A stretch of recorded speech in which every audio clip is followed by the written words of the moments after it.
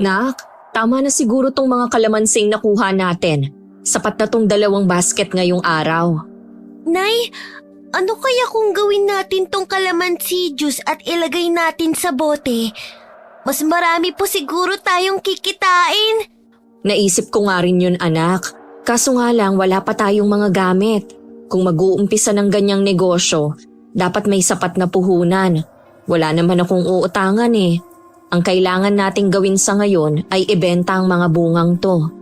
Pwede naman po nating gawing palamig, Nay. Doon tayo magtinda sa tapat ng paaralan. Kaso nga lang matumal lang nagtitinda ng yelo. Yung mga nakikita mong nagbebenta ng palamig, may mga refrigerator sila. Tayo wala. Huwag kang mag-alala, Nay. Paglaki ko, ibibili kita ng refrigerator. Tapos, magpapatayo ako ng tindahan. Para hindi na po tayo mahirapan sa pagtitinda ng kalamansi kung saan-saan. Pasensya ka na anak ha. Ito lang yung naisipan kong paraan upang kumita. Itong mga pananim na kalamansi ang naipamana sa akin ng lolo't lola mo eh. Kahit papano yung nakakabili tayo ng pangangailangan natin sa araw-araw. Ngunit hindi pa rin sapat ang kinikita ko. Di ba maglalaba rin tayo kina Aling Maria sa linggo? Sinabihan ko rin pong makakilala ko na kung sakaling magpapalaba po sila, tayo na lang po, Nay. Para naman makapag-ipon-ipon po tayo. Ikaw talagang bata ka. Mag-aral ka na lang ng mabuti anak. Ako na ang bahalang magtrabaho. Naku, Nay! Kailangan kitang tulungan. Ayoko kasing nakikita kang napapagod at nahihirapan eh. O sige na, dalhin mo yung isang basket para makapaglako na tayo. Ay, Nay! Dumaan po tayo mamaya sa bahay ni Mang Esteban. Bibili daw po siya ng 3 kilong kalamansi. Ginagawa niyang palamig. Sana makabili rin tayo ng refrigerator para mas malaki ang kitain natin kagaya nila. Business-minded ka na talagang bata ka. Kapag marami na tayong pera, bibili tayo niyan. Wala pa nga tayong kuryente eh. Ay, oo nga po pala. Buhat nang iwan si Shirley ng nobyo nito nang malaman na siya'y buntis. Sinikap niyang isilang ang anak at itagoy nitong mag-isa. Nagkakilala sila ni Miguel sa dati niyang pinagtatrabahuang panederya. Ngunit hindi pa handa sa responsibilidad ng lalaki, kaya't lumayo ito kay Shirley. Masakit man ang ginawa ng lalaki sa kanya, ngunit mas minabuti niyang magpakatatag para sa kanyang magiging anak.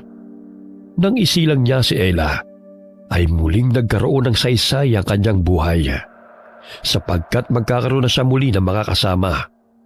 Ulila na siyang lubos at tanging ang maliit na bahay at mga pananim na kalamansi ang naiwan ng kanyang mga magulang. Nay, palagi po kong tinutukso ng mga kaklase ko. Sabi nila, alien daw ang tatay ko dahil hindi daw nila nakikita. Hayaan mo na ang mga batang yun. May anak ba ang alien na maganda? Sabi nila, kaya daw maputi ako kasi nagmana ako sa tatay ko. Kaya ka maputi dahil may dugong Amerikano ang tatay mo. Hindi ka anak ng alien. Ay naku, ang mga bata talaga kung ano-ano ang iniisip. Hala, Nay, tingnan mo. May bagong pinapatay yung tindahan. Ah, tindahan ng burger. Hindi pa nga lang natapos. Nay, bibili tayo niyan ha. Mukhang masarap po. Sa picture pa lang nakakatakam na. O bakit? Ilan ba ang kaya mong ubusin? Mga 3 po. Sa liit mong yan, 3? Oo naman, Nay. Masarap eh. Kinurot ni Shirley ang pisngi ng anak dahil sa kadaldala nito. 8 taong gulang pa lamang si Ella. Ngunit parang matanda na ito kung mag-isip. Lalo na pagdating sa mga bagay na maaaring pagkakitaan. Nakasalubong nila ang mag-asawa sa daan patungo sa tindahan na pinapatayo. Magandang umaga po sa inyo, Ma'am Sir. Baka po gusto niyong pumili ng kalamansi. Sariwa po to at kakapitas lang namin ni Nanay. Good morning! Ay, ang gandang bata mo, Iha. Hindi kasi ako umiinom ng kalamansi. Acidic kasi ako. Pero dahil naaaliw ako sa'yo na tong tsokolate. Talaga po? Naku, salamat po. Oh, sige. Mauna na kami ha. Pupuntahan pa kasi namin ng mga karpintero eh. Kayo po ang may-ari ng pinapagawang tindahan? Oo. Baka sa susunod na linggo magbubukas kami. Pumunta kayo ha. Sige ho. Nilingon ng mag-ina ang mag-asawa. May kaya ito sa buhay dahil sa kanilang postura at pananamit. Masayang binuksan ni Ella ang plastic na may candy at tsokolate. Agad niyang kinain yun na nakangiti. Dahan-dahan lang, nak. Mamaya mabilaukan ka. Nay, ang sarap nitong chocolate! Ngayon lang ako nakatikim nito. Siguro, mamahalin to, Nay, no? Kasi yung candy at chocolate na natikman ko, yung tagpipiso lang eh. Ibang-iba talaga ang lasa nito, Nay. O wag mong ubusin agad, magtira ka mamaya. Nang sa ganon ay may kakainin ka pa. Magsipilyo ka ng ngipin pagdating ng bahay, ha? Opo, Nanay. Dumaan sila sa bahay ni Mang Esteban upang ibigay ang mga kalamansi na binili nito. May negosyong kalamansi juice ang Ginoo na inilalagay sa plastic bottle at ibinibenta sa terminal ng bus. Naging patok yun sa mga pasahero.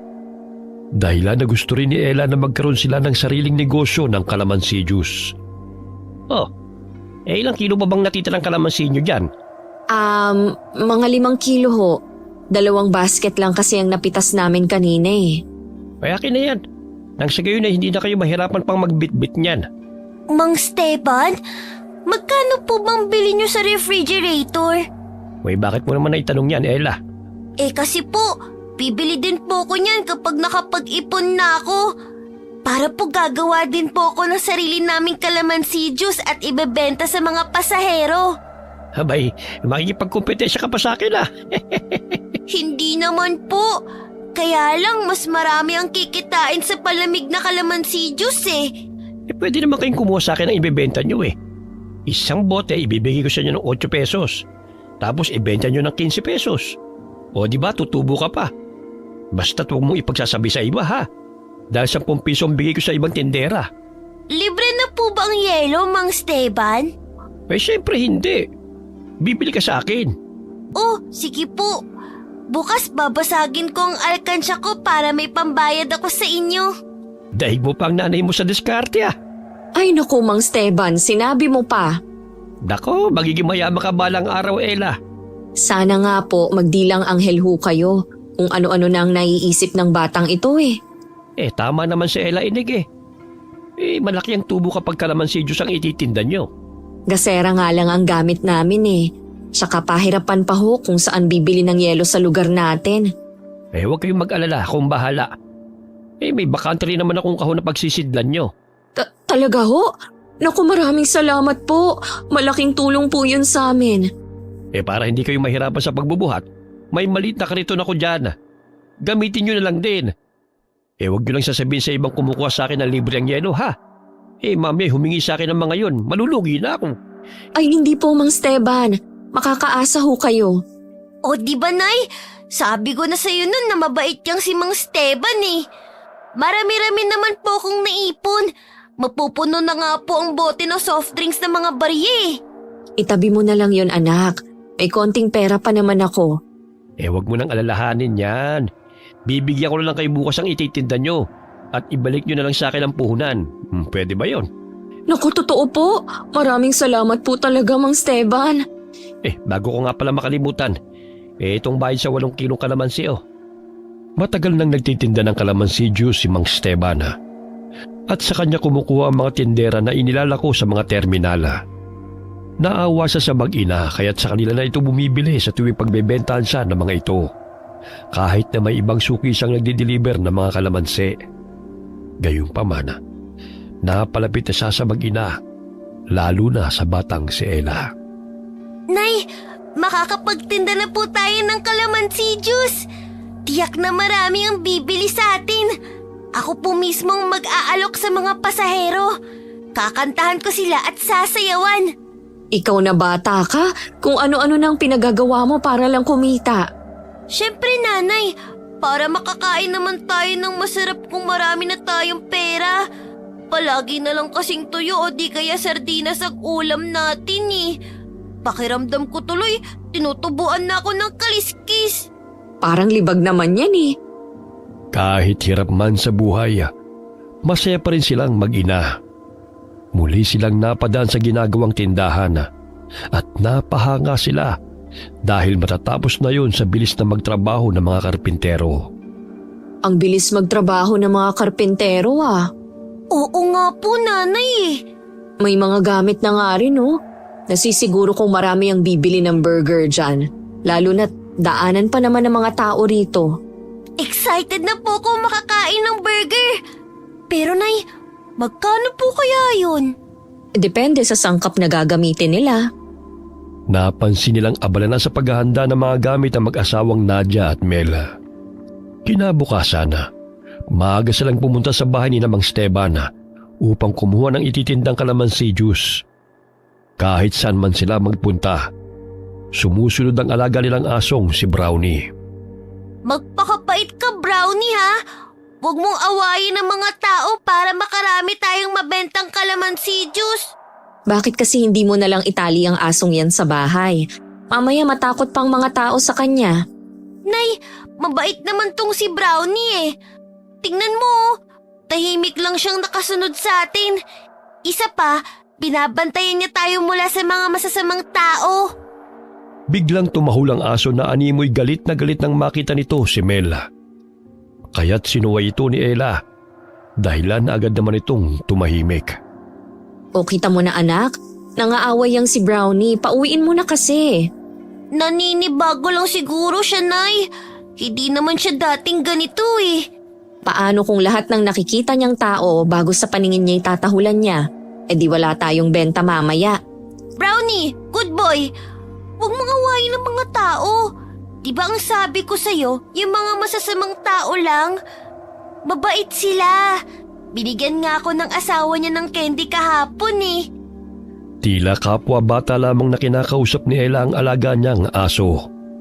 Kumurap-kurap ang mga mata nito at yumuko na wari nakakaintindi sa sinabi niya. Maya-maya'y dumating na sila sa terminal ng jeep. Pumwesto sila malapit sa mga sasakyan at inalok ng kalamansi juice sa mga pasahero. Ganun na lamang ang tuwa ni Ella sa tuwing bumibili ang bawat tao na kanyang nakakasalubong. Nay, ang daming bumibili. Tamang-tama, mainit ang panahon. Mauubos po ang kalamansi juice hanggang hapon. Oo nga anak, bantayan mo muna ang paninda natin, bibili lang ako ng tinapay. Sige po, nanay. 11:00 pa lamang ng umaga ay halos kalahati na ng kanilang paninda ang naubos. Marami-rami ang mga pasahero dahil undas. Tahimik ding nakaupo sa tabi ni Ella si Brownie na animoy nag-aabang sa mga taong bibili. Nang biglang hablutin ng batang lalaki ang pitaka ni Ella at itinakbo yun. Hoy! Magnanakaw! Magnanakaw! Ibalik mo ang pitaka ko! Brownie! Habulin natin siya! Kinuha niya ang pera natin! Mabilis na hinabol ng aso ang batang kumuha ng pitaka ni Ella. Hanggang sa maabutan nito ng aso at kinagat ang suot nitong damit. Ganun na lamang ang paghahampas ng bata kay Brownie gamit ang lumang tsinelas nito upang bitiwan siya ng aso. Ngunit naabutan siya ni Ella na nooy may hawak na patpat. Hoy, bata! Ibalik mo ang pitaka ko! Magnanakaw ka! Magtrabaho ka! Nang sa gayon, magkapera ka rin! Masama yung ginagawa mo! Sa takot na makagat ng aso ay ibinilik nito ang pitaka kay Ella at muling kumaripas ng takbo nang bitiwan siya ni Brownie. Ang galing mo talaga, Brownie! Dahil dyan, bibigyan kita mamaya ng tinapay. Halika na, bumalik na tayo sa pwesto natin. O anak, saan ka nagpunta? Di ba ang sabi ko, bantayan mo mga paninda natin? Eh yung bata kasi kinuha tong pera natin. Mabuti na lang talaga, Nay. Nandito si Brownie. Hindi ako nagkamali na isama natin siya. Daig pa niya ang pulis sa bilis kong tumakbo. Hindi na naabutan ni Shirley ang batang sinasabi ng anak dahil mabilis itong nagtago. O ito na ang tinapay, kumain ka na anak. Itong isa para kay Brownie. Salamat po, Nanay. Napakasalbahe ng batang yun. hindi marunong magtrabaho para magkapera. Kaya sa susunod, mag-iingat ka anak. Alam mo naman na ang ibang tao ayaw magbanat ng buto. Gustong magkapera nang hindi naghihirap. Kaya pag nanakaw ang naiisipang paraan. Alas 4 pa lamang ng hapon ay ubus na ang paninda nilang kalamansi juice. Kaya't umuwi na sila tulak-tulak ang karitona. Sa tuwing napapadaan sila sa tindahan ni Nadia at Mela, ay hindi maiwasan na tumahol si Brownie. Kaya't sinasaway ito ni Shirley. Oh, kanina lang ang bait-bait mo. Bakit galit ka na naman, Brownie? Kaibigan sila, lalo na si Aling Nadia.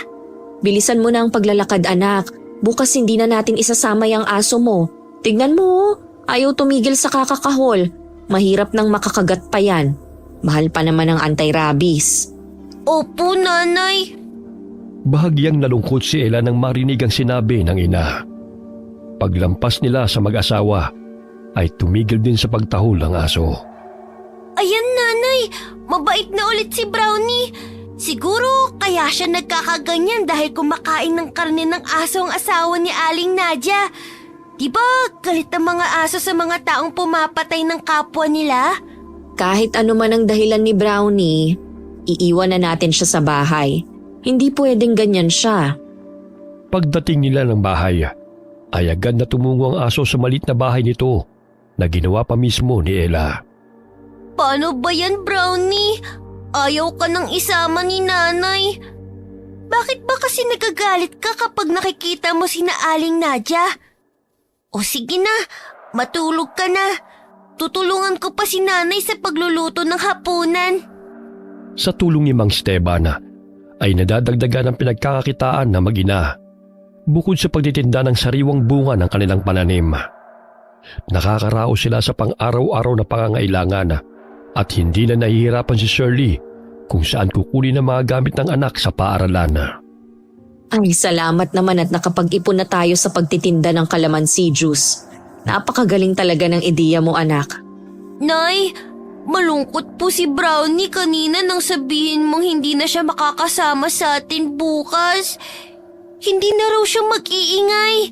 Paano mo naman nasabi yan? Hindi nga humihinto sa kakakahol kanina kahit sinasaway mo na. Naramdaman ko po. May luha kasi ang mga mata niya nang kausapin ko siya. Umiiyak po siya, nanay. Basta, ayokong sumama siya bukas. Natahimik si Ella at hindi na muling nagsalita pa dahil mataas na ang tono ng boses ng ina. Dumiretso siya sa kanyang kwarto at iniligpit ang mga gamit na nagkalat.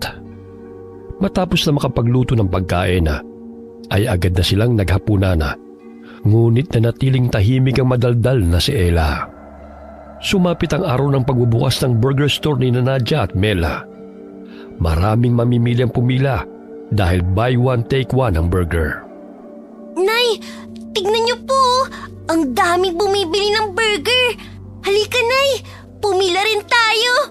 Sa susunod na araw na lang siguro anak. Baka tanghaliin tayo sa pagtitinda ng kalamansi juice. Sayang naman ang kikitain Sa haba ng pila, baka abutan pa tayo ng alas 12 niyan. Sige po. Susunod na araw na lang. Napalingon silang mag-ina nang marinig na tinatawag sila ni Nadia. May dala itong kahon at lumapit ito sa kanila. Mabuti at dumating kayo sa opening namin. Ang daming tao nga, oh. Aling Nadia, mukhang masarap pong tinitinda niyong burger. Nagustuhan po ng mga tao. Ay, oo. Hindi ko nga inaasahan na ganito kadami ang mga tao sa opening ng burger store. Itong burger sa inyo na. Naku po, salamat po. Aalis na nga po sana kami. Baka tanghaliin po kasi kami sa pagtitinda. Kaya naisipan namin na bukas na lang kami bibili. Para konti na lang ang tao. Ipinagtabi na kita. Alam kong dadaan kayo. Eto pong bayad ko sa burger. Libre na lang yan para sa inyo. Naku, baka wala pa ho kayong buena mano niyan. Sige na, tanggapin nyo na. Bawing-bawi na kami, oh. Ang daming mamimili. Oo nga ho Sige po, salamat sa libreng burger. Aalis na ho kami. Mag-iingat kayong dalawa. Thank you po sa burger. Amoy palang masarap na. Kakagati na sana ni Ella ang burger nang biglang itinulak siya ni Brownie. Dahilan na mabitiwan niya ang pagkain. Tila ba'y galit na galit itong kumakahula at gustong sugurin si Nadia. Kaya't binato siya ni Shirley dahil ayaw magpaawat ng aso nila. Brownie, shoo! Ano bang ginagawa mo? Hala, uwi! Brownie naman, nadumihan tuloy ang burger. Hindi ko na makain. Pambira ka naman oh. Akala ko ba itinali mo yung aso mo, anak? Tignan mo, nakakapirwisyo na siya. Malaking problema pa natin kapag nakakagat yan. Patuloy na pinapagalitan ni Shirley ang kanilang aso sa pagkahul nito sa babae. Ngunit matalim na tingin ang iginawa ni Nadia sa aso at bumalik na lamang sa burger store nila. Ilang sandali tumahimik si Brownie at muling umamo na kiniskis ang katawan kay Ella. Hindi na tayo bati. Nahulog tuloy ang burger. Nakikita mo namang hindi kami makapila ni nanay, di ba? Bakit mo ko tinulak? Sumusobra ka na sa pagiging makulit at matigas ng ulo mo, Brownie. Nakasimangot na inirapan ni Ella ang aso at iniwan. Animoy nakakaintindi ito at lumakad pa uwi habang ang mag-inay patungo sa bahay ni Mang Esteban upang kumuha ng mga paninda.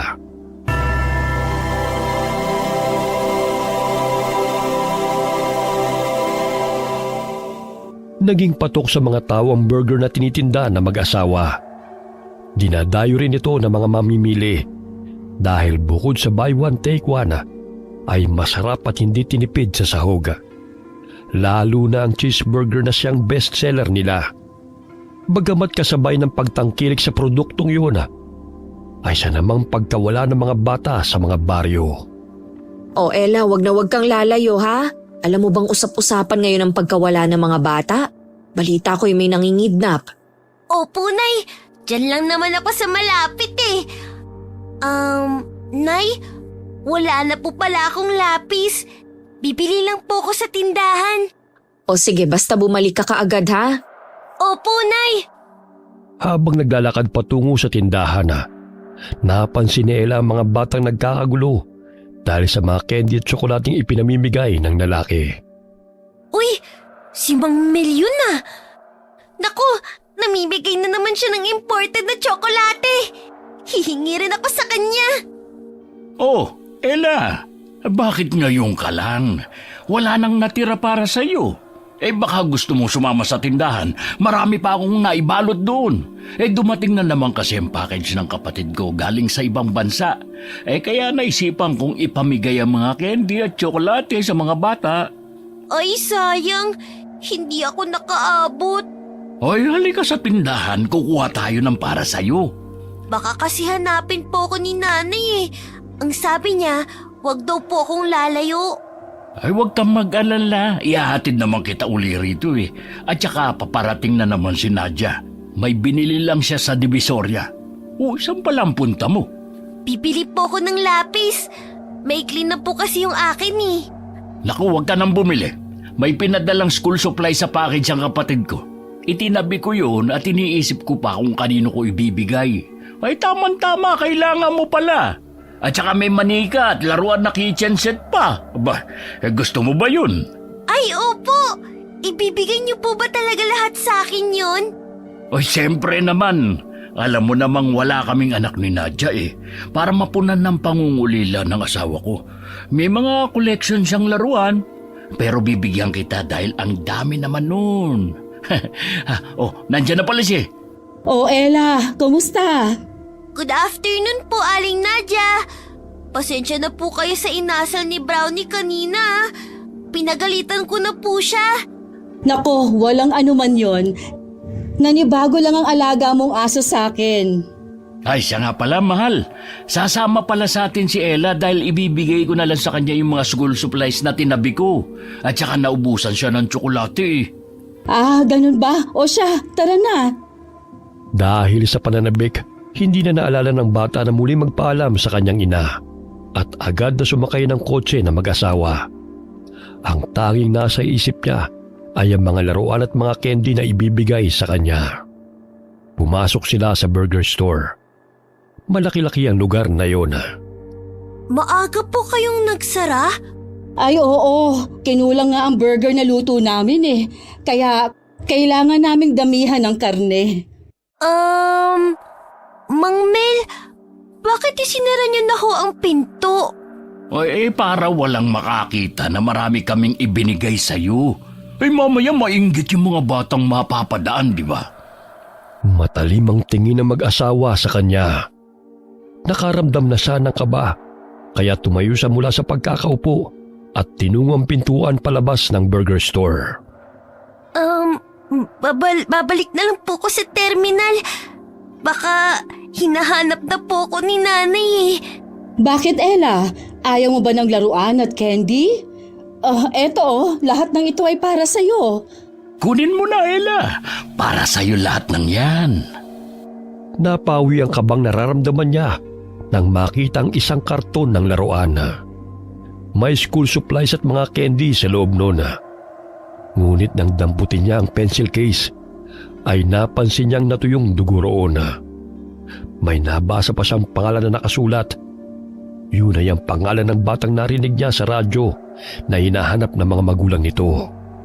Nadagdagan pa ang kabog ng dibdib ni Ella nang makita na may hawak na matatalas na patalim ang lalaki habang nakangiting nakatingin sa kanya. Kukunin ko na po to. Ihatid niyo na po ko kay nanay. Hindi ka na makakalabas pa Ella. Dito ka na habang buhay. Pero Aling Nadia, hahanapin po ko ni nanay. Sige na, buksan niyo na po ang pintuan. Dahil isa kang makulit na bata, hindi ka nahanapin ng nanay mo. Mas gugustuhin pa niyang mawala ka nang sa ganon, wala na siyang sakit ng ulo. Hindi totoo yan. Mahal ako ni nanay. Kaya buksan niyo ang pinto pakiusap. Umiiyak na napasandal si Ella sa dingding. Sumigaw siya upang humingi ng tulong sapagkat kakaiba na ang tingin ng mag-asawa sa kanya. Ngunit kahit anong sigaw niya ay walang nakakarinig sa kanya dahil sinigurado ng mga ito na matibay at soundproof ang burger store. Tumakbo si Ella patungo sa isang pintuan at binuksan niya yon. Doon tumambad sa kanyang paningin ang mga gamit ng mga bata at bahagi ng katawan na tinadtada. Hindi. Mga kamay. Ulo ng tao. Pumapatay sila. Ella, huwag ka nang tumakbo pa dahil wala ka nang mapupuntahan pa. Salbahe ka. Hindi ka totoong mabait. Bakit may mga ulo at kamay sa mesa? Sila ang nagpasarap sa burger namin. Kaya huwag mo nang paguri ng sarili mo sa kasisigaw dahil walang makakarinig sa'yo. Nanay! Brownie, tulong! Aray! Aray! Bitiwan niyo ako! Salbahe ka, Mang Mel! Akin ang puso mo. Alam mo bang yan ang pinaka-paborito ko? Nanay! Tulong! Hinambalos ng malaking kahoy ng lalaki ang ulo ni Ella, dahilan na dumilim ang paningin ng bata at unti-unting nawala ng malay. Bago tuluyang nawala ng ulirat ang bata, ay narinig pa niya ang tawanan ng mag-asawa. Binuhat ng lalaki ang bata at inilapag sa mesa at sinimulan ng tadtarin ang katawan nito. Samantala, hinahanap ni Shirley ang anak dahil hindi pa rin bumabalik sa kanilang pwesto. Hindi naman kalayuan ang pagbibila ng school supplies kaya nagtataka siya kung bakit wala pa si Ella. Saan na ba nagsusuot ang batang yon? Sinabihan ng wag lumayo eh. Oh, Shirley, bakit nag-iisa ka yata? Nasaan si Ella? Hinahanap ko nga po eh. Nagpaalam na bibili ng lapis pero hanggang ngayon eh hindi pa bumabalik. Kinakabahan na nga po ako. Baka naman naglalaro kasama yung mga bata. Halika, sasamahan kita at hanapin natin siya. Sumapit ang 6:00 ng gabi, ngunit hindi pa rin nila natatagpuan si Ella. Ganun na lamang ang panginginig ng katawan ni Shirley dahil pakiramdam niya ay may nangyari ng masama sa kanyang anak. Mang Steban, mag-report na tayo sa pulis baka may kumuha kay Ella. Nagtanong-tanong na po ko sa mga bata, pero hindi raw nila kasama. Ay nako, saan na ba nagpunta yung batang yun? Hindi naman niya ugali na iwan ka. Kapag nagtitinda ng kalamansi juice, hindi naman ganon kalayong pinupuntahan niya. Dito lang naman sa mga jeep eh. Halika na Iha, sasamahan na kita sa estasyon ng pulis. Kinukutuban na kasi ako ng masama eh. Pagdating nila sa pulis ay umiyak nang isinalaysay ni Shirley na nawawala ang kanyang anak. Ngunit sinabi ng pulis na kumausap sa kanila na kailangang hintayin ng 24 oras bago mai-report na missing si Ella.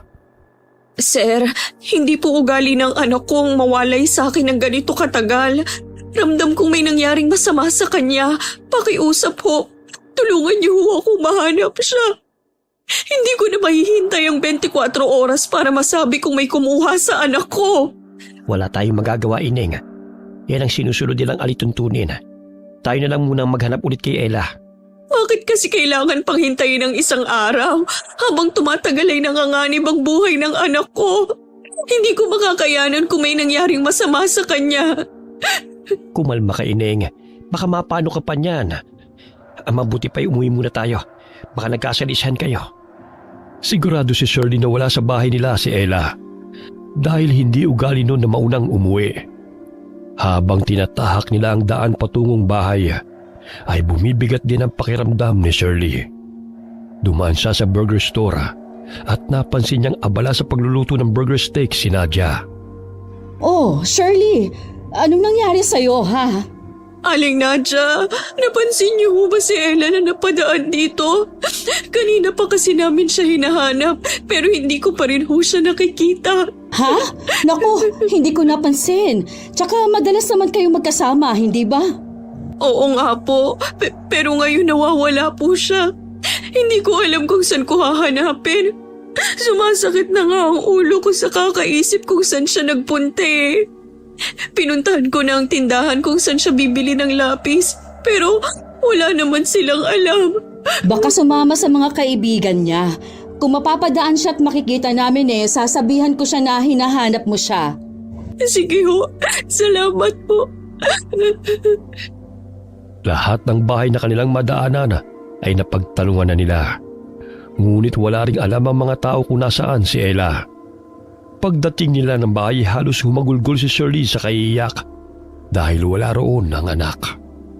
Ella, nasan ka na anak? Pakiusap, umuwi ka na.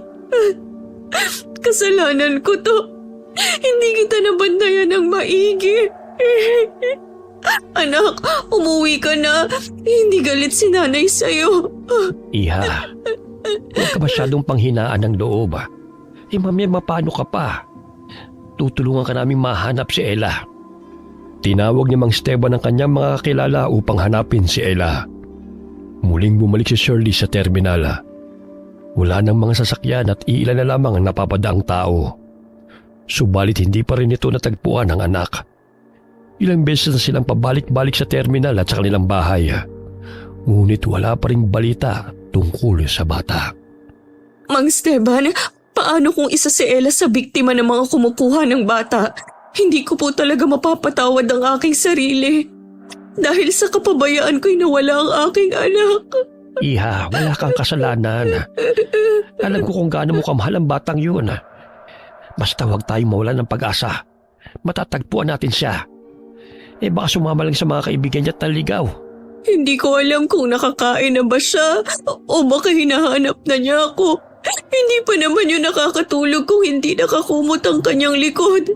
Diyos ko, nasaan ang anak ko? Hindi kami titigil sa paghahanap sa kanya. Sinabihan ko na rin ang mga kakilala ko sa terminal na ipagbigay alam nila sa atin kapag may balita na kay Ella. Maraming kopya ng larawan ni Ella si Shirley at pinaskil niya yun sa bawat poste at pader na kanilang nadadaanan. Lumipas ang 2 araw, ngunit hindi pa rin nila natatagpuan ang bata. Kaya't lumalabo na rin ang tsansa na naligaw lamang ito kasama ng mga kaibigan. Gabi-gabing tumatahol at umaalulong si Brownie. Sa pagpupumiglas nito ay nakawala na naman ito mula sa pagkakatali at gumala na naman. Dahil sa labis na kakaiyak at pagod sa paghahanap kay Ella, nakatulog si Shirley habang yakap ang bag ng anak. Nanay, tulungan niyo po ako. Ayoko po dito. Madilim. Mainit. Hindi po ako makahinga, Nay. Tulong! Anak, nasan ka? Sabihan mo kay nanay at pupuntahan kita. Nanay, mag-iingat po kayo. Ayoko pong matulad kayo sa akin. Mahal na mahal kita. Nak, nasan ka? Naririnig mo ba ako? Ella! Pawisang napabalikwas ng bangon si Shirley mula sa pagkakatulog. Muli siyang napahagulgol ng mapanaginipan si Ella na humihingi ng tulong mula sa di kalayuan. May bahid ng dugo ang mukha at sa likuran nito ay ang ibang mga kabataan na umiiyak. Anak, hindi ako naniniwalang patay ka na. Masamang panaginip lang ito. Pakiusap, umuwi ka na. Ikaw ang buhay ko. Hindi ko kakayanin kapag nawala ka sa akin.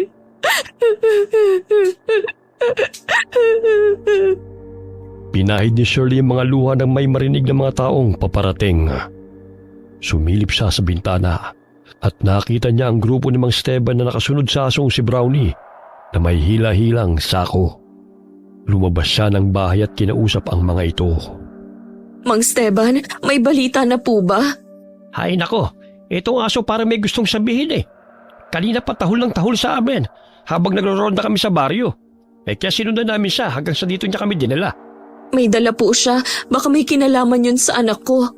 Mga kasama, buksan niyo nga ang sakong dala ng aso. Binitiwan ni Brownie ang sako ng binuksan niyo ng lalaki. Nandilat ang mga mata ni Shirley nang makita ang dugo ang damit ng anak. Hindi siya nagkakamali na yun ang bestida na suot ni Ella nang mawala ito. Mang Esteban, sigurado akong damit to ni Ella. Anong ginawa nila sa anak ko? Mga hayop sila! Papatayin ko sila! Oo nga, demonyo may gawa nito sa kanya. Kailangan nating hanapin ang salarin dahil nandito lang yun sa baryong ito. Sundan natin ang aso upang malaman natin kung saan niya kinuha ang sakong ito. Brownie, saan mo to nakuha?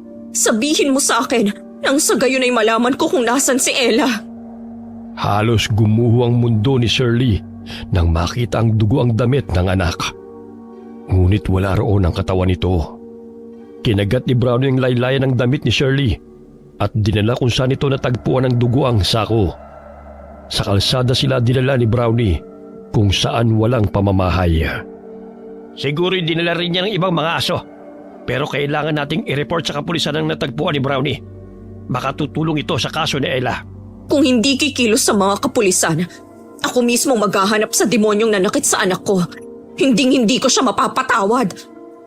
Napadaan ang kotse na mag-asawa kaya napahinto ito sa tapat ni Mang Esteban. Nakibalita ang mga ito at mababanag ang pag-alala sa kanilang mukha. Oh, ano ba ang pinagkakaguluhan niyo rito? Nakita lang dugo ang damit ni Ella. Siguradong nasa paligid lamang ang salarin. Naku, sino naman ang walang pusong yun? Si Ella, nasaan? Bakit damit lamang niya natagpuan niyo? Nakasilid sa sako, pero wala nang katawan ng bata. Pinagbigay alam niyo na ba yan sa mga kapulisan? Tinawagan ko na. Huwag na kayo mag-alala pa. Siya, mukhang ginagabi na kayo. Baka naabala na namin kayo. Ikinalulungkot namin na nangyaring pagkawala ni Ella. Maging kami napalapit na sa batang yun. Hindi mawari ni Shirley kung bakit galit na galit si Brownie sa tuwing nakikita ang mag-asawa. Sa pagkakataong yun ay hinabol pa nito ang kotse. Palingon-lingon pa ito kina Shirley na gustong sundan siya. Hindi kaya alam ni Brownie kung sinong dumukot sa anak ko? Kinukutuban ako na malakas ang pakiramdam ni Brownie na may kinalaman ng mag-asawang yun sa pagkawala ng anak ko. Saglit na napahinto ang aso sa pagtakbo nang may inihagi si Mel sa lupa. Ngunit paikot-ikot sa kinatatayuan nito si Brownie at doon na lamang tumataol. Anong pinagsasabi nilang natagpuan nilang damit ni Ella? Akala ko ba'y tinapon mo na yon? Oo nga, kaso nang pumasok ako saglit sa loob ng shop, paglabas ko biglang nawala Siguro kinuha ng mga asong gala. Sinabi ko na sa'yo na mag-iingat ka Mamaya mabisto pa tayo ng mga yon. O paano, sige nga, Wala silang makikita sa burger store. Malinis na kaya. Yun lang ang nakuha ng mga aso at wala nang iba. Hindi na mauulit pa yun. Kahit halugugin nila, wala na silang makukuhang ebidensya sa tindahan natin. Siguraduhin mo lang na hindi nila malalaman ang sikreto natin dahil malilintikan ka sa akin. Kalma, akong bahala. Dumating ang mga kapulisan kung saan naroon sina Shirley at Mang Esteban. Maliban sa damit ni Ella, ay may iba pang mga gamit din sa loob ng sako. Ngunit hindi pa rin nila matuntun kung saan yun nanggaling. Wari nila'y pinagpasapasahan na yun ng mga aso. Bagamat naniniwala si Shirley na malaki ang may tutulong ni Brownie sa kanya upang matuntun kung nasaan ang kanyang anak. Ilang beses nang nag-ikot-ikot ang mga kapulisan, pero wala man lang silang nakitang bakas maliban sa sakong ito. Hindi ako papayag na hindi managot ang gumawa nito sa anak ko, Mang Esteban. Saan kaya nakuha ng mga asong sakong yun? Walang ibang nakita mga kapulisan bukod doon. Umuwi na muna tayo, Iha. 3:00 na ng madaling araw. Magpahinga ka na rin. Ilang araw ko nang hindi nakakapagpahinga ng maayos. Hindi ako mapalagay hanggat hindi ko alam kung nasaan ang anak ko. Ilang gabi ko na siyang napapaginipan na humihingi ng tulong, pero wala akong magawa. Umiiyak siya, duguan at binabalaan niya ako. Alam ko mahirap ang pinagdadaanan mo ngayon, Shirley. Nandito lamang kami mga kaibigan mo na handang tumulong sa iyo. Hinatid din namang Esteban si Shirley sa bahay nito. Mugtong-mugto na ang mga mata dahil sa kaiiyak at walang sapat na pahinga. Sumusunod sa kanila si Brownie na inaamoy ang kanilang dinadaanan. Nang mapadaan sila sa burger store, umalulong ito ng ubod lakas at patuloy na tumahol. Dispatchahin mo ang asong yan, Mel. Nabubwisit ako sa tuwing napapadaan yan dito. Siya pa magpapahamak sa atin eh. Bukas na. Pagod ako ngayon. At saka nakikita mo namang kasama niya yung mga tao. Hindi ko naman sinabi na ngayon. Paminsan-minsan mahina talaga yung utak mo. Oo na, ikaw na ang magaling. Pero duwag ka namang humarap sa kapulisan kanina. Hay nako, makatulog na nga. Kung hindi sa kapabayaan mo, di sana wala silang malalaman kung anong nangyari sa bata. Nagka-ideya tuloy ang mga yon dahil sa iniwan mo pa ang sakong may gamit nila. Kaya naghihinala silang nandito lang sa baryo ang pumapatay. Problema ba yun? Di umalis na ulit tayo. Simpleng bagay, pinoproblema mo na agad. Matulog ka na nga. Pagod lang yan. Walang nakitang kakaiba ang mga kapulisan nang pumasok sa tindahan ng mag-asawa. Sapagkat nakapaglinis na si Mela at inilibing na sa liblib na lugar ang mga kalansay ng kanilang biktima na ginagawang burger steak na tinitinda nila. Ngunit bago pa man na ipasok sa sasakyan nito ang sako, ay nakuha na ito ng asong gala dahilan na matagpuan yun ni Brownie.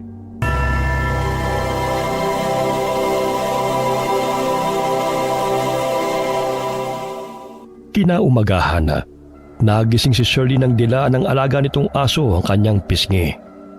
O Brownie, bakit? Napako ang paningin niya sa tsinelas na kagat ni Brownie. Alam niyang pagmamay-ari yun ni Ella na suot ng anak bago ito nawala. Saan mo to kinuha? Samahan mo ko. Ituro mo sa akin kung saan mo natagpuan ang gamit ni Ella. Hindi talaga siya huminto sa paghahanap kung nasan ang anak ko. Hayop man siya kung ituring. Ngunit labis niyang minahal si Ella. Tumakbo ito patungo sa talahibana at tila itinuturo ang burger store na may ibig sabihin. Brownie, alam kong pinaghihinalaan mo na sila ang kumuha kay Ella. Wala man tayong sapat na ebidensya, pero mamanmanan natin sila. Tulungan mo akong malaman ang katotohanan. Tumigil man ang mga kapulisan sa paghahanap sa anak ko, ngunit magpapatuloy tayo. Muling dinilaan ni Brownie ang binti ni Shirley bilang tugon sa sinabi niya. Ilang sandali pa'y napansin niyang may kinuhang sako si Mel sa sasakyan nito. Katulad ng sako na kanilang natagpuan na pinagsidlan ng mga dugo ang gamit. Nanginginig ang buo niyang katawan ngunit hindi siya maaaring gumawa ng hakbang ng padalos-dalos. Umuwi na tayo, Brownie. Mamaya matunugan pa nila na pinagdududahan natin sila.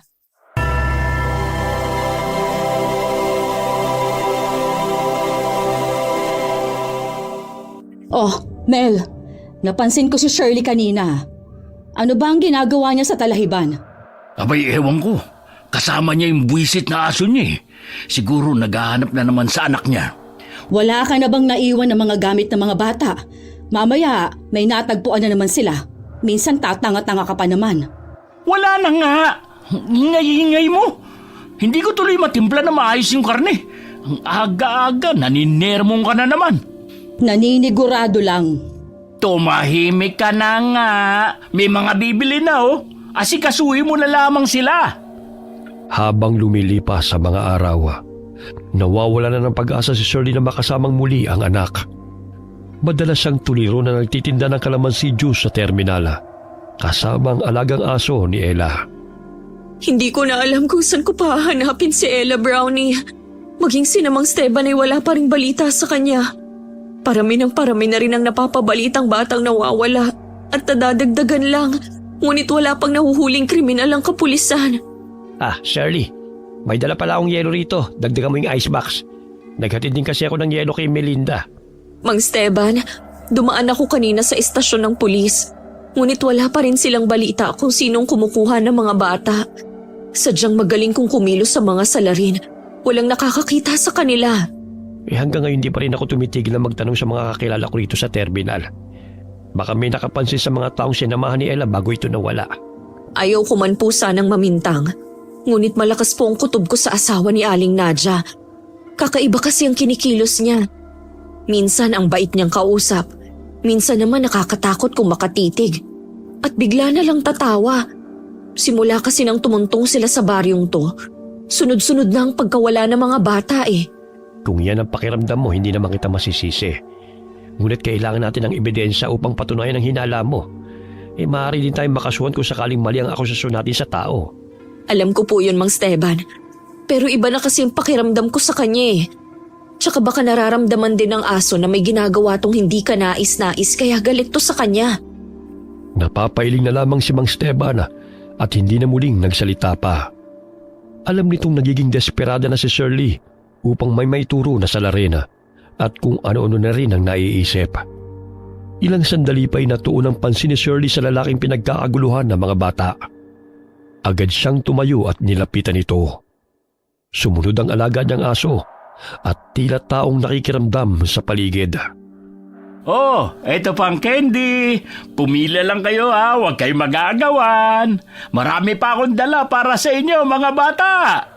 Hindi kaya pinapain niya ang mga candy at tsokolate para kunin ang loob ng mga bata? Kailangan ko siyang sundan kahit saan man siya magpunta. Malakas ang kutob ko na may kinalaman siya sa pagkawala ng anak ko. Sa oras na yun ay tahimik ang aso, ngunit matalim itong nakatingin kay Mel. Nagkubli sila sa poste habang tinatanaw ang lalaking nakikipag-usap sa mga bata.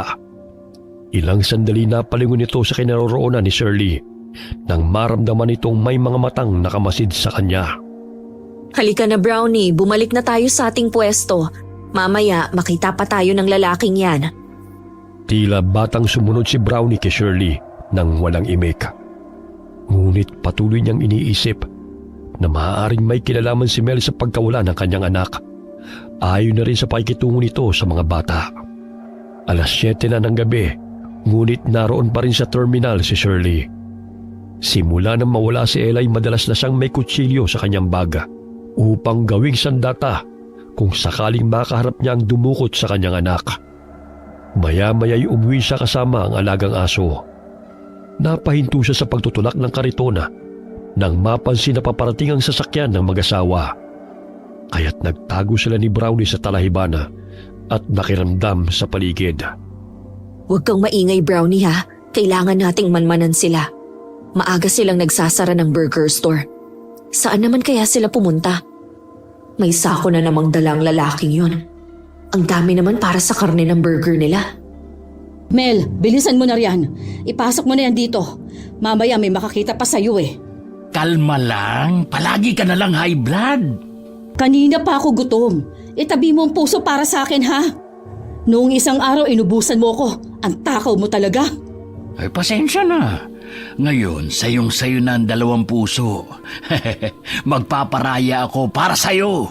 Kinakain nila ang puso? Hindi kaya mga aswang sila? Kinuha ni Shirley ang kutsilyo sa kanyang baga at hiniwa ang kalamansi. Sa pamamagitan ng katas nuna ay matagal maghilom ang sugat ng aswang.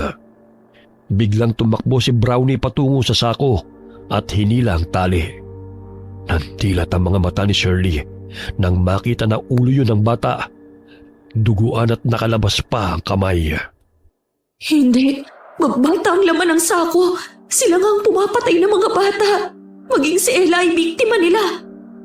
Buisit kang aso ka! Nandito ka na naman! Gusto mo sigurong pati ikaw gilingin ko, no? Oh, pumasok ka na kasi. Nakita ka na naman ng asong yan. Malangya kang aso ka! Bumalik ka rito! Pahama ka talaga! Kumahol-kahol si Brownie.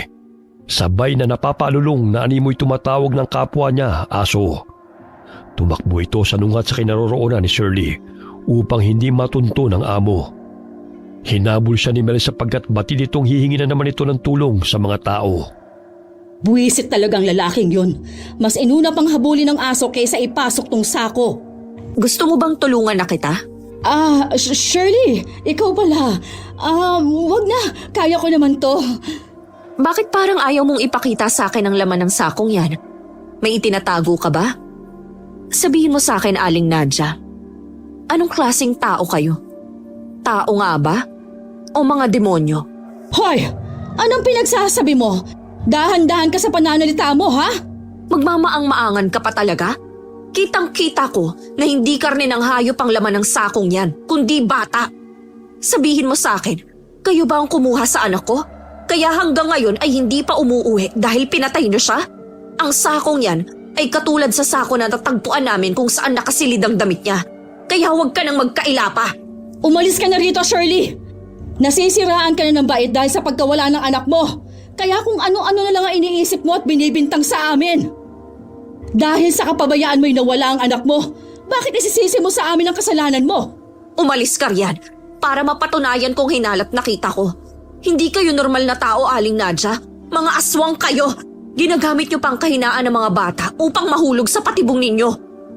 Itinulak ni Shirley ang babae. Gamit ang kutsilo'y pinunit niya ang sako. Dooy tumambad sa kanyang paningin ang batang duguan at wala ng buhay. Ngayon mo sabihin na nagsisinungaling ako. Ang karne ba nila ang inilalagay niya sa burger? Magsalita kang hayop ka! Oh, bakit? Anong gagawin mo kung sila nga? Maging ikaw ay magiging sangkap sa paninda ko. Katulad sa ginawa namin sa iyong anak. Maging ikaw ay walang kawala, Shirley. Walang iya kayo! Pinatay niyo ang anak ko! Hindi ko kayo mapapatawad! Mga demonyo kayo! Susugurin na sana ni Shirley ang babae gamit ang kutsilyo nang bigla itong nagbago ang mukha. Kumulubot ang balat nito at tinubuan ng matatalim ng ngipin. Ang lakas ng loob mong sugurin kami, ha? Ano bang pinagmamalaki mo? Bukas, pipilahan ng mga tao ang karne mo. Mga mapanling lang, nagbabait-baitan ngunit ang sasama ng mga budhi nyo. Malalaman din ng mga tao ang sikreto ninyo. Magbabayad kayo sa pagpatay nyo sa anak ko. Yun ay kung kaya mo ko. Sinugod ng babaeng aswang si Shirley. Mabuti na lamang nakailag siya sa matatalim na kuko ng aswang. Napasandal siya sa dingding at dumampot ng bato sa lupa at inihagis yun sa papalapit na aswang. Ngunit nakailag rin ito habang tumatawa. Sugod ka ng sugod, ngunit wala ka rin namang laban. Hindi ako mapapatay ng kutsilyong yan. Bilib ka talaga sa sarili mong hayop ka. Sige, magmayabang ka lang dahil ikaw ang tatagtarin ko. Huwag mong ubusin ang pasensya ko dahil masama akong magalit. Alam kong wala kayong awa, kaya nga pinatay ninyo ang anak ko. Sinakal ng aswang si Shirley. Dahilan na mamilipit siya sa sakit. Ngunit buong lakas niyang sinaksak sa mata ang aswang dahilan na mabitiwan siya nito. Aray! Walang hiya kang babae ka! Ang mata ko! Ang sakit! Akala mo siguro hindi kita lalabanan, ha? Pinapahirapan niyo mga bata. Pwes doble ang ipaparamdam ko sa inyong mga animal kayo! Kailangan kong maghanap ng sandatang magagamit sa kanya. Malakas siya at hindi kakayanin ng kutsilyong ito. Tama, sa kusina nila. Pumasok ng burger store si Shirley at tinungo ang kusina. Dooy tumambad sa kanyang paningin ang tinadtad na bahagi ng katawan ng mga bata. May mga giniling na naroon sa palanggana.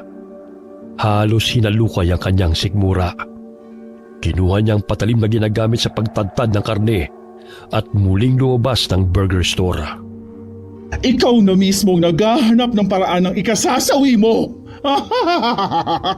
Akala mo ba'y makakalabas ka pa rito, ha? Hindi ka talaga nag-iisip. Sa bagay, mangmang ka at uto-uto kagaya ng anak mo. May hangganan din ang kasamaan ninyo. Dito pa kayo naghasik ng lagim sa baryo namin, ha? Bakit hindi na lang kayo nakontento sa laman ng hayop? Bakit kailangan nyo pang pumatay?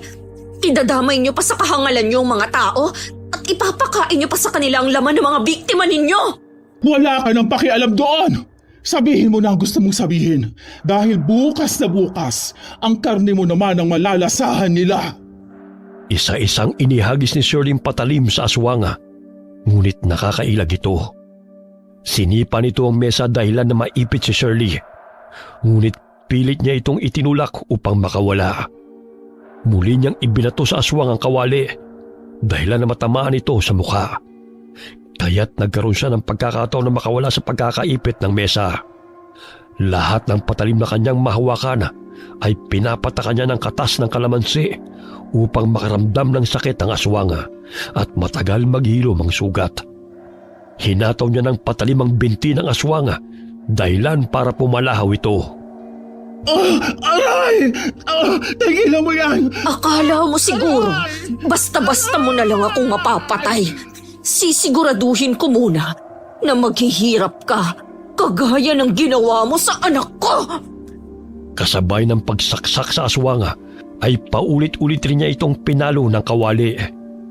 Ilang sandali inilagay niya ang kamay ng aswang sa makina ng gilingan at pinaandar yun. Ganun na lamang ang malakas na palahaw ng aswanga dahil sa nadudurog ang mga buto nito sa kamay. Tigilan mo yung babae! Ihinto mong pagpapaandar ng makina! Hindi! Kulang pa yan bilang kabayaran sa pasakit ng mga batang pinatay ninyo. Pinatay niyo ang anak kong punong-puno ng pangarap sa kabila ng kahirapan. Kahit patayin ko man kayo, hindi pa rin maibabalik ang buhay niya. Pero matitigil lang kahibangan ninyong mag-asawa. Walang hiya kang babae ka! Napatigil sa pagpapaandar ng makina si Shirley nang marinig niya ang boses ng mga taong papasok sa burger store. Dahil sa ingay, nakiusyoso ang mga ito, kaya't sumambulat sa kanilang paningin ang naghihingalong aswanga at ang galit na si Shirley. Shirley, sino ang taong yan? Saka may mga bangkay ng bata sa labas ng tindahan. Mang Esteban, kailangan nating patayin ang aswang na to. Silang mag-asawang pumapatay sa mga bata. Maging sa anak ko. Mga aswang sina Nadja at Mel. Hindi totoo yan! Baliw na ang babaeng yan at sa amin isinisisi ang pagkamatay ng kanyang anak! Hulihin niyo siya dahil sa ginawa niya ito sa akin! Tumahimik ka! Ikaw ang dapat na hulihin dahil sa kademonyohan yung mag-asawa. Ngayong nalaman na namin ang sekreto ninyo, hindi na kayo makakatakas pa! Mga kasama, tulungan natin si Shirley. Tama ang hinala niya noon pa man. Kahit nasasaktan may inilabas ng babaeng aswang ang mahaba nitong dila upang ipulupot kay Shirley. Ngunit maagap na binato ni Mang Esteban ang patalim sa bunganga nito dahilan na lumusot yun sa kanyang lalamunan. Mga walang kiya! Kayo! Nakatakas ka man sa kapulisan, ngunit sa akin hindi. Bibigyan ko ng hustisyang pagkamatay ng anak ko. Muling nilapitan ni Shirley ang babaeng aswanga at inundayan ito ng saksak sa dibdib upang siguraduhin na patay na ito. Umaagos ang kanyang mga luha habang ibinabaw niya ang patalim sa katawan ng aswanga. Pinatay niyo ang anak ko! Siya lang ang meron ako. Ngunit pinagkait niyo pang makasama ko siya ng matagal. Mga demonyo kayo! Tama na, Shirley. Patay na siya. Halika na. Umalis na tayo rito. Pinatay nila ang anak ko, Mang Esteban. Hindi ko na maibabalik ang buhay ni Ella. Alam kong masakit ang mawala ng anak. Ngunit huwag mo namang pahirapan ang sarili mo dahil sa paghihinagpis. Ayaw rin ni Ella na makita kang malungkot. Si Brownie, hinabol siya ni Mel. Sigurado kung papatayin niya ang aso dahil kay Brownie. Nalaman kong aswang sila Mang Esteban. Hanapin natin siya. Oh, tara na. Kasama ko ngayon ang mga anak kong sina Edwin at Trey. Iniwan nilang nakabulagta sa sahig ang katawan ng aswang na si Nadia. Naririnig nila ang mga nakakilabot na alulong ng mga aso na animoy nag-uusap ang mga ito. Samantala, hindi magkamayaw si Mel ng paligiran siya ng mga asong gala sa pamumuno ni Brownie. Sinusugod siya ng mga ito, ngunit isa-isa nitong tinatadyakan ng mga aso. May mga kagat na rin siya, ngunit hindi pa rin ito iniinda ang mga sugat. Mga buwisit kayo. Nagtipon-tipon pa talaga kayo para sugurin ako, ha? Ikaw na aso, ha? Tumawag ka pa talaga ng mga kasama mo? Ayun siya! Pinapalibutan ng mga aso! Pambihira talaga ang alaga ni Ella. Wala pa siguro noon alam na niyang may ginagawang masama ang mag-asawang yan. Sana kung naniwala ako sa mga pahiwating niya noon, di sana buhay pa ang anak ko, Mang Esteban. Ngunit pinagalitan ko pa siya. Ang dapat na gawin sa ngayon ay mahuli ang si Mel. Tignan mo, galit na galit ang mga aso sa kanya. Siguro pati mga aso ay kinakain niya. Mga aswang sila, Mang Esteban. Tatakbo pa sana ang aswang na si Mela, ngunit kinagat siya ni Brownie sa puwet at hinila pabalik. Aray ba! Lintik kang aso ka! Wala kang ginawa kundi ang pakialaman ako! Dahil sa'yo, nagkandaleche-leche na ang lahat! Edwin, Ray, huwag niyong hayaang makatakas ang lalaking yan. Tumawag na ako kina Kapitan. Paparating na rin sila rito. Marami na silang pinatay na mga bata. Yun ang ginagamit nilang pansahog sa burger. Maging ang mga taga-baryo ay pinapakain nila ng mga karne ng kanilang mga biktima. Tapos, ang mga lamang loob ay silang kumakain. Itinulak pa ng aswang si Edwin dahilan na matumba ito sa lupa. Ngunit hinambalo siya ni Ray ng sanga ng kahoy dahilan na matamaan ito sa noo. Umalis ka, lalaki! Kung ayaw mong dukutin ko ang laman loob mo, ayaw mo akong tumakas! Hoy! Bumalik ka dito, Mel! Akala mo siguro'y matatakasan mo ang kademonyohan niyo mag-asawa? Buong puso kayong tinanggap ng mga tao sa baring ito. Ngunit kasamaan pa ang inyong isinukli. Huwag kang makialam, tanda, dahil wala akong atraso sa'yo. Pero sa akin meron, kaya magbabayad ka sa ginawa mo. Buhay ang kinuha mo. Buhay rin ninyong kapalit katulad sa asawa mong hayop. Nasaan si Nadia? Anong ginawa niyo sa kanya? Pinalasap ko sa kanya kung paano gilingin ang buhay. Tulad sa ginagawa ninyo sa mga bata. Nasaan ang asawa ko? Ayun, nakatulog na ng mahimbing. Sisiguraduhin kong susunod ka rin sa kanya. Dahil walang kapatawaran ang ginawa niyong ito sa mga inosenteng batang pinaslang ninyo. Galit na lumundag sa harapan ni Shirley ang aswang na lalaki dahil alam nitong may nangyaring masama na sa kanyang asawa. Nailaga ni Shirley ang pagsugod ng lalaking aswang. Malakas din itong hinambalos ni Mang Esteban sa likod gamit ang sanga ng kahoy, dahilan para mapasubsob ito sa lupa. Ngunit maliksi itong tumayo at hindi may pagkakaila na malakas ito kahit marami nang sumusugod sa kanya. Bagamat hindi ito makatakas basta-basta dahil sa mga asong nakabantay sa paligid. Ilang sandali muling sinugod nito si Shirley at nakalmot niya na matutulis na kuko sa braso ang babae. Ngunit nahataw rin siya nito ng patalim na pinatakan ng katas ng kalamansi. Kinakailangan kong makatakas dito. Mga walang hiya ang mga taong to. Napakatapang ng babae.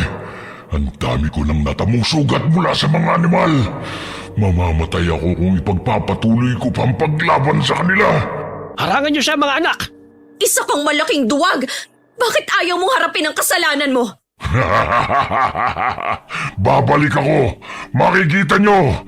Hindi ko hahayaan na maging payapa ang baryong ito sa ginawa nyo kay Nadia. Tandaan nyo yan. Lalo ka na, Shirley! Hindi na napigilan ni na Edwin at Ray ang aswang dahil malakas silang itinulak nito. Tinadyakan nito ang mga aso na humaharang sa kanya. Isa na roon si Brownie. Ngunit bago pa tumilapon ang aso ay naagat siya nito sa pisngi. Dahilan na bumao na matatalas na pangil sa laman nito. Ah! Ayaw mo talaga akong tantanan ha! Itong sa'yo! Bitawan mo ang aso ko! Papatayin ko lahat ng malapit sa'yo, Shirley! Alam ko na ang aso na lang na ito ang natitira sa buhay mo. Kaya't wala nang dahilan upang buhayin siya. Tutal, pareho kayong pakialamero. Bago pa nito may baon ng matatalim na kuko sa tiyan ni Brownie, ay tinamaan siya ng bato sa noo. Dahilan na mabitiwan nito ang aso. Dali-daling lumapit si Ray at Edwin sa kanya. Ngunit kumaripas ito ng takbo palayo. Ang sakit ng katawan ko. Literal na pinagtulungan nila ako ha. Pero hindi ako magpapatalo. Babalikan ko sila hanggang sa mamatay sila sa takot. Nilapitan ni na Shirley si Brownie na nooy namimilipit sa sakit. May sugat itong natamo sa tagiliran kaya't binuhat ito ni Mang Esteban. Sadyang malakas ang aswang na yon. Kailangan natin siyang paghadaan, lalo na't napatay natin ang asawa niya. Hindi ko sukat akalain ng mga aswang pala sila, dahil mabait at magaling sila makapaghalubilo sa mga tao. Ang pinapakita nilang kabaitan ang naging daan upang makapambiktima sila. Binibigyan nila ng candy ang mga bata upang sumama sa kanila. Oh, nariyan na pala sila, Kapitan.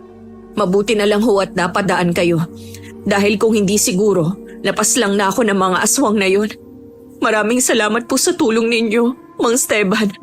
Mabuti na lang at ginabi kami sa pag-uwi galing bayan. Sinundo pa kasi namin tong si Ray Nawili na sa pagbabarkada. Ngayong alam niyang may gumagalang aswang, siguro naman pipirmi na siya sa bahay.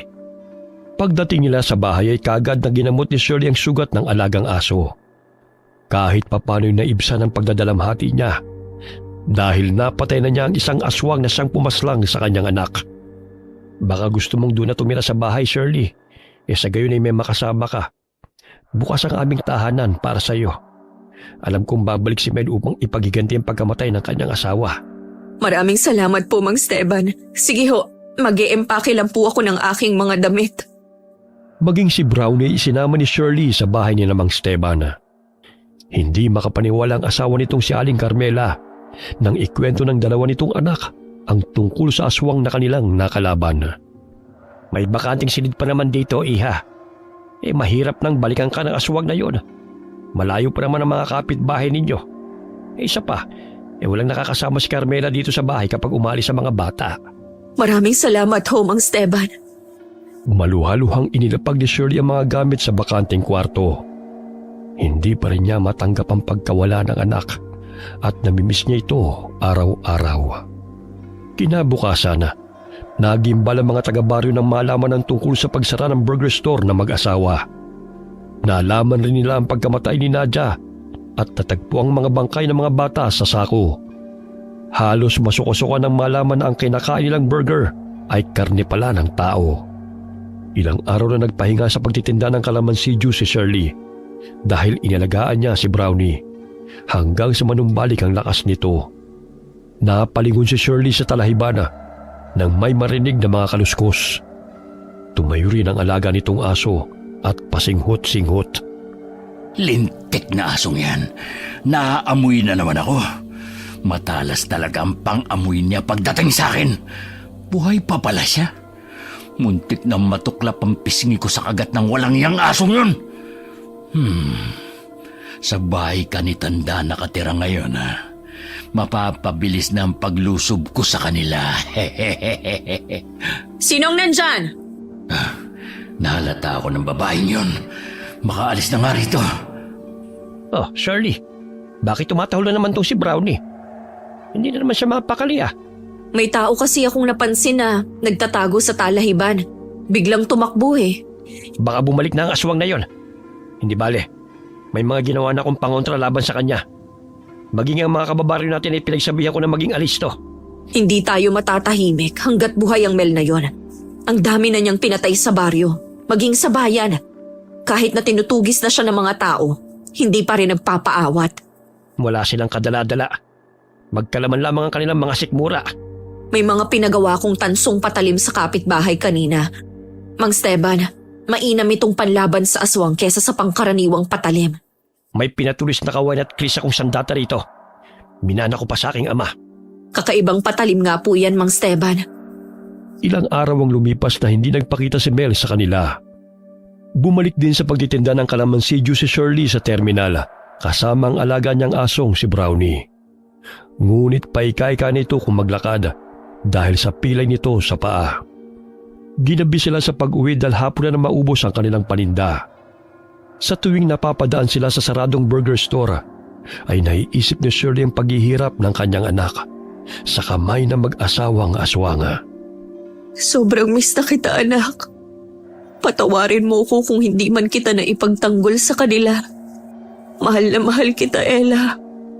Saglit na napahinto si Shirley sa paglalakad nang may marinig na kaluskos malapit sa kanilang kinaroroonan. Palingon-lingon din ang aso na animoy nakikiramdam sa paligid. Nang bigla itong kumahol na animoy dinidepensahan ng amo. Magkasama pa rin pala kayo ng asong yan, ha? Ngunit sa pagkakataong ito, hindi ko na palalampasin na patayin kayong dalawa kapalit ng buhay ng asawa ko. May gana ka pang gumante sa kabila ng sinapit ng mga bata sa iyong mga demonyo kayo? Alam kong malakas ka, ngunit hindi ako papayag na marami ka pang mabibiktimang inosenteng bata. Dapat nga pasalamatan mo ko dahil wala ka ng sakit sa ulo, di ba? Nakakainis ang mga boses ng mga bata at kakulitan nila. Kaya wala akong pinagsisisihan na pinatay ko sila. Nararapat lang yan sa kanila. Wala silang pinagkaiba sa mga batang nanunukso sa akin noong kabataan ko dahil sa kalagayan ng aking ina. Kaya pinangako ko na papatayin ko sino man ang makukulit na bata na makikilala ko. Maliban sa aswang ka, baliw ka pa. Hindi naman lahat ng batang nakikilala mong nanunukso sa'yo ah. Sinusunod ko lang ang utos ni Inang. Mas mabuti pang unahin ko sila kaysa masaktan nila ako. Madalas nila akong pinagtatawanan at nilalait dahil anak raw ako ng aswang. Pwes, lahat sila natahimik nang patayin ko sila. Mabait na bata ang anak ko. Bakit pati siya pinatay mo? Nabubwisit kasi ako sa boses niya. Bago pa man nahablot ng aswang si Shirley, sinugod na siya ni Brownie at kinagat sa braso. Dahilan na matumba ito sa lupa at makuha ng babaeng tansong patalim nito sa baga. Muli niya itong pinatakan ng katas ng kalamansi upang masaktan ng aswang kapag nasugatan niya ito. Tarantado kang aso ka! Ang kunat ng buhay mo! Etong sa'yo! Aray! Wala kang pakundangang pumatay, kaya dapat sa'yo patahimikin na rin! Si Ella ang nagbibigay ng pag-asa sa buhay ko upang magpatuloy pa. Ngunit anong ginawa ninyo?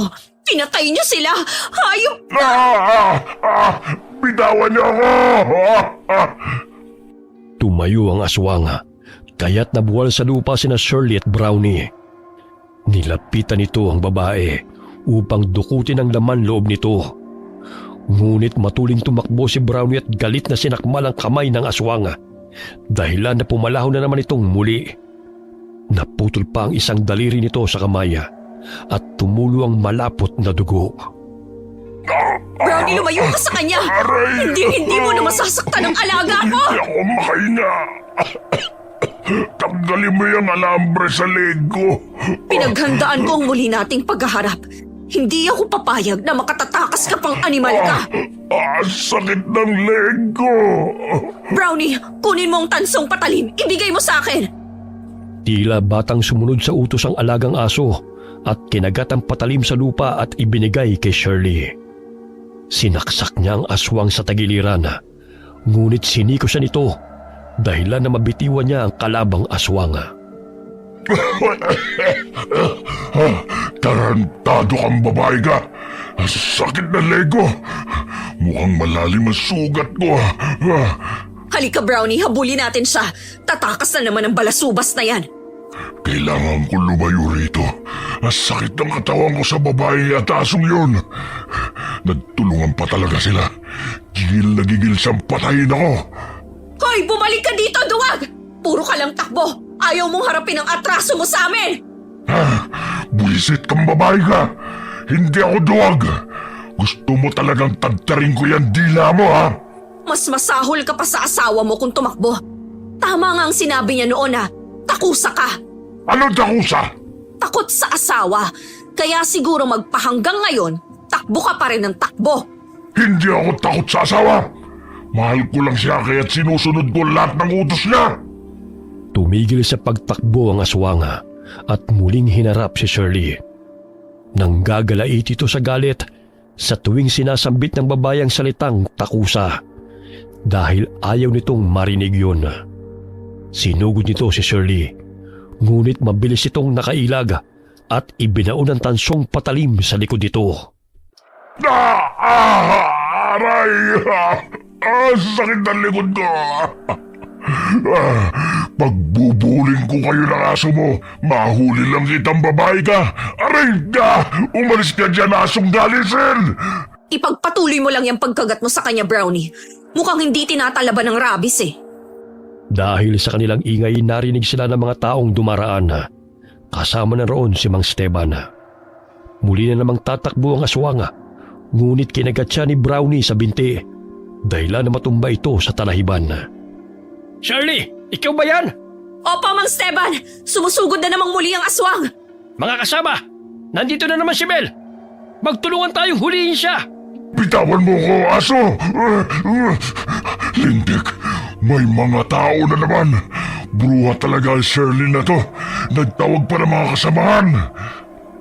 Buong lakas na tinadyakan ng aswang si Brownie, kaya't nabitiwan ng aso ang binti nito. Paika-ika siyang tumakbo nang makitang hinahabol siya ng mga kalalakihan. Umakyat siya ng puno at doon nagtago. Ang bilis niyang tumakas Nasugatan ko siya. Sigurado kung hindi pa nakakalayo yun. Tsaka marami siyang sugat sa katawan. Ano itong likidong tumutulo sa aking ulo? Nako, dugo! Nasa taas siya ng puno, Mang Esteban. Naririnig ko rin na humahangos siya. Mamaya na ako aalis dito kapag nakalayo na sila. Ang sakit na sugat ko. Sa susunod, hindi ko na palalampasin ang babaeng yun. Didilitan ko na siya ng leg. Nawalan siya ng balanse sa itaas ng puno, kaya dumausdos siya pababa.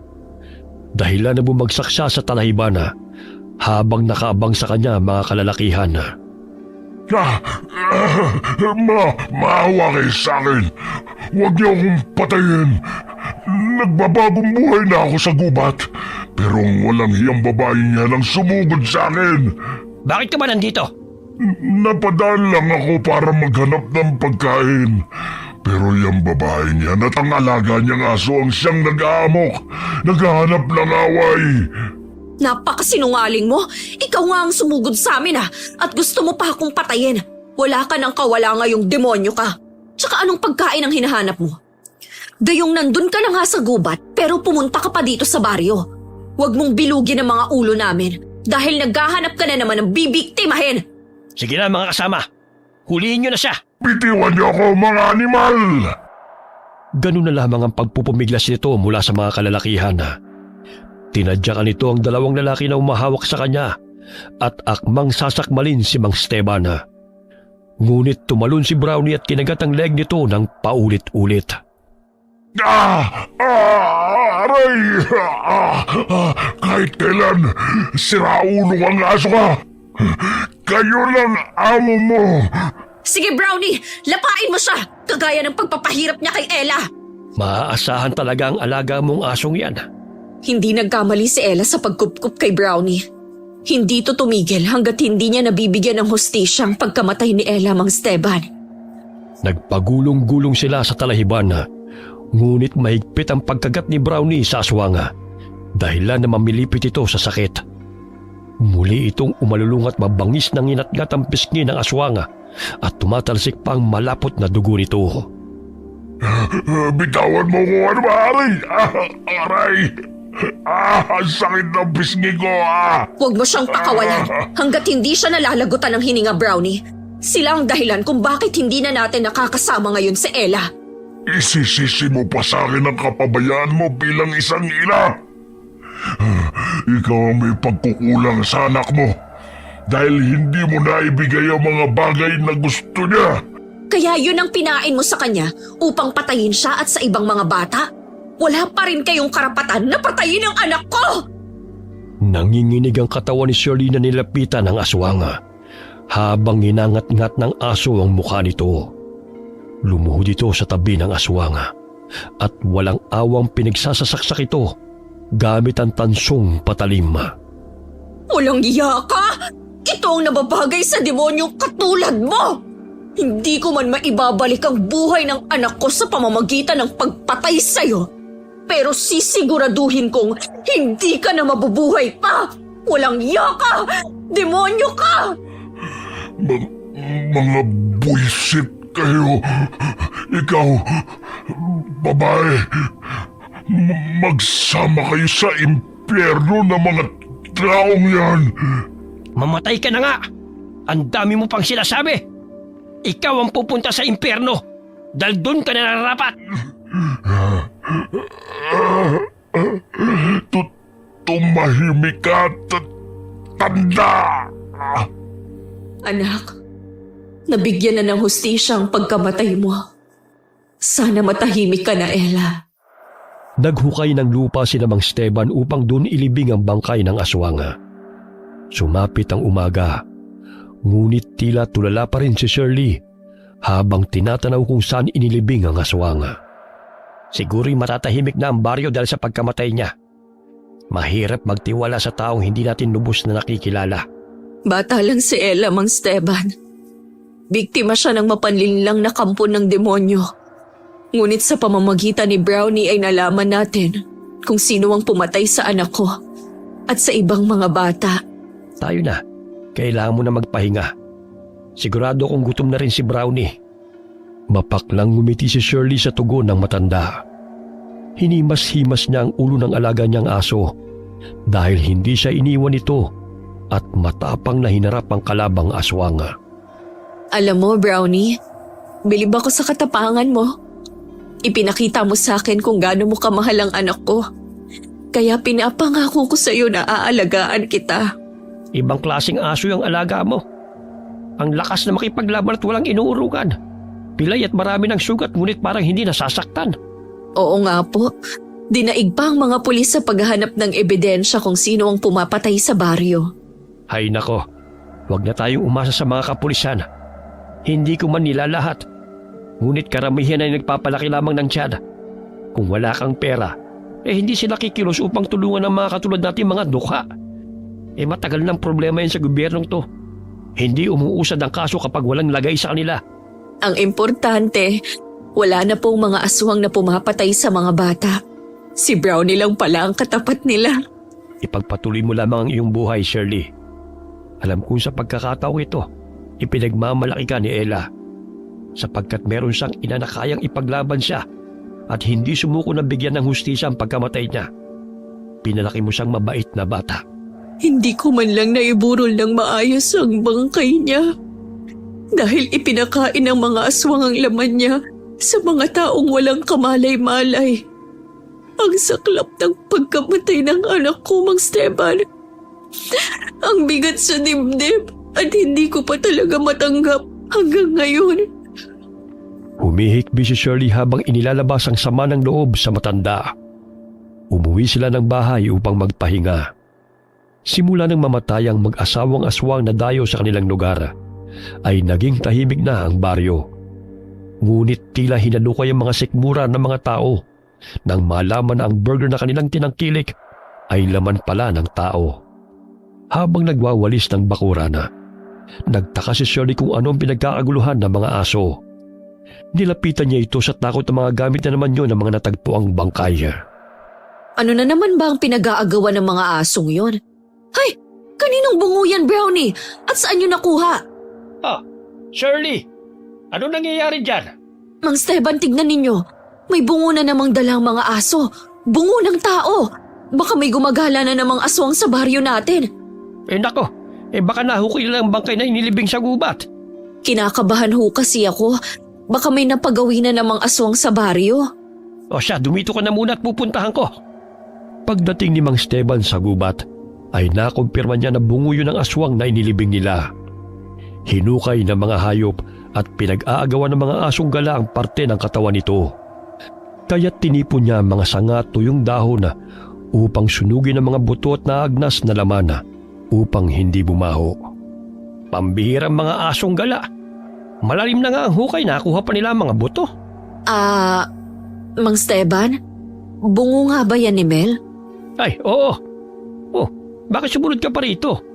Sana nagpahinga ka na lamang sa bahay. Hindi po kasi ako mapakali. Kahit papaano ikampante na ako na wala ng aswang na gumagala rito. Natroma na rin po kasi ako dahil sa pangyayari. Sinigaan ko na. Medyo nangangamoy na eh. Maging ang ibang mga kababaryo na bahala sa mga kalansay na bitbit na mga aso. Tila nabunutan sila ng tinik sa dibdib nang makumpirma na walang bagong biktima ng aswang na gumagala sa baryo, kundi mga butong nahukay na mga hayop. Lumipas sa mga araw, nanumbalik ang sigla ng baryo at naging panatag muli ang mga taong naninirahan doon. Sinira ng mga tao ang burger store bilang alaala ng karumal-dumal na sinapit ng mga kabataang biktima ng mga aswang. Hindi na rin sila kumakain ng karne, maliban sa isda at gulay, sa takot na maaaring laman ng tao ang kanilang kinakain. Bumangon si Shirley mula sa pagluluksa sa pagkamatay ng anak. Unti-unti na rin niyang naisakatuparan ng pangarap ni Ella na magkaroon ng sariling negosyo sa tulong ni Mang Esteban.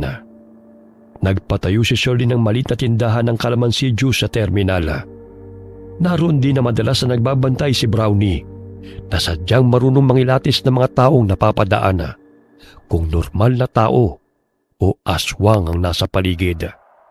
Wakas. Nak, tama na siguro.